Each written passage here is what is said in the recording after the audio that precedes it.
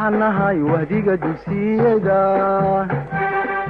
وحنهاي وندا معلمك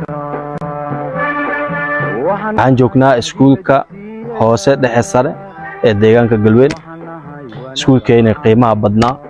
oo si toos u shaqeynayo oo bulshada deegaanka oo dhan ay wax ku baranayso Dr. Said Ali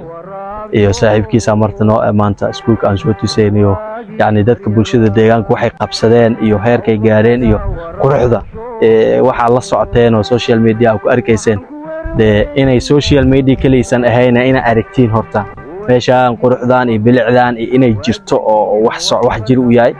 bulshada deegaanka Galweyn ay sameysteen iyaga ay dhisteen ay yani isku tashteen tan waxay macno ku tahay bulshada haday isgarab qabsadaan is aaminaan isku kalsoonaadaan oo hooshooda iyaga ay u dhaqaaqaan wax kasta inay qabsan karaan dad kalena ay ka maarmi karaan marka taas ay daliil u tahay dadka deegaanka Galweyn ay guushaas gaareen waaye ma waa ku faraxsanahay maanta inaan soo booqatiin aad nala aragtiin maadaama kamitiin dhalinyarada aqoon-yahanada guud ahaan gobolka Shabeellada Hoose gaar ahaan dadka ururada hogaamiya kamitiin oo bulshada qayb ah ka tihiin marka soo dhawaada iskuulkeen deegaanka Galweyn waa iskuulkan anaga iskuulkan aan ka baxnay oo wax ku baranay ilmahayna wax ku bartaan waalidiintayna wax ku soo barteen waa iskuul qadiimi oo 70 sano jirsaday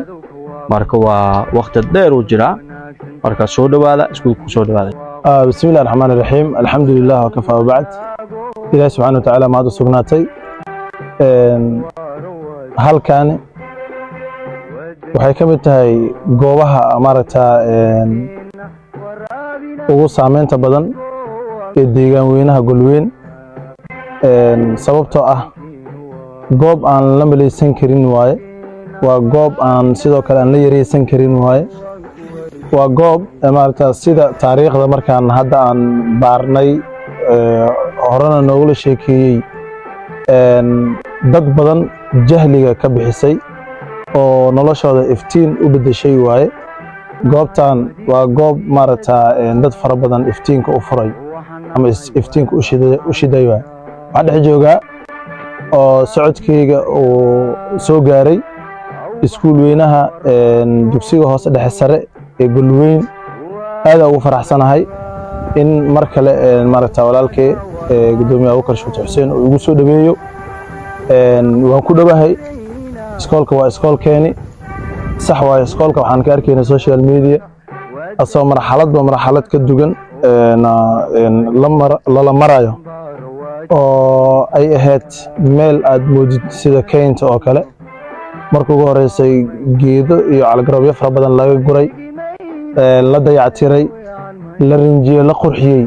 haddana iskoolaadka marata xamar ugu weyn ay marata la barbar dhacaya waa ilaahay mahadiisa waaye waxa ugu mahad celinaynaa dadweynaha marta iska kaashtay dhisidda dib u dayactirka iskuulkan Galweyn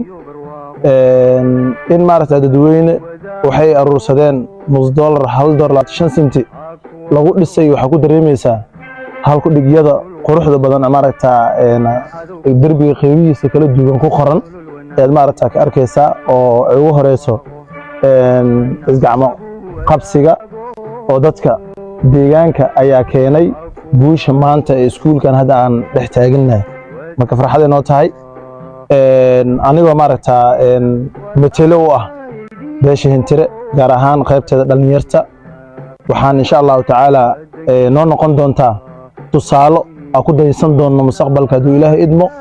anagana waan rajaynaynaa goobo qadiimi ah oo deegaanadeena marata Sawiid iyo Cano level Daamin ilaa Mareere dhulkaas dhan ku yaalaan oo marata xaaladan oo iskuulkan ku jiri jiray oo kale ku jiraan inaan marata iyaguna si iska wax u qabso ah isgacmo qabsi ah dadkeenana marata aan ku boorina arinkaas aan u istaagno iskuulo fara badan deegaanku u baahan yahay aan ka soo saarno rajaynaynaa oo ku dayasho kan ku dayanay awgiisa aan kuwaasna aan sameyn doono rajaynaynaa gudoomiyaha Abubakar Shuute oo deegaankiisa uu yahay garab inuu noogu siin doono sidoo kale dadyo fara badan jiro iyagana inay marata garab noogu siin doonaan rajaynaynaa insha Allah oo ku dhownahay waana ku faraxsanahay iskuulkii aan social media ka arkaynay oo marata xaaladda cakiran ku jiray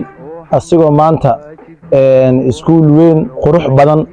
oo maaragta meel walba fiirisid hal ku dhig oo yacni cilmigaaga iyo aqoontaada ziyaadinaya aad ka arkaysid inaan maanta ku dhex socdo fasal aan u soo booqdo iskuulka nidaamka u shaqeeyo iyo waxaas dhan lee kala baro oo aad ugu faraxsanahay waana ku dhawaa insha Allah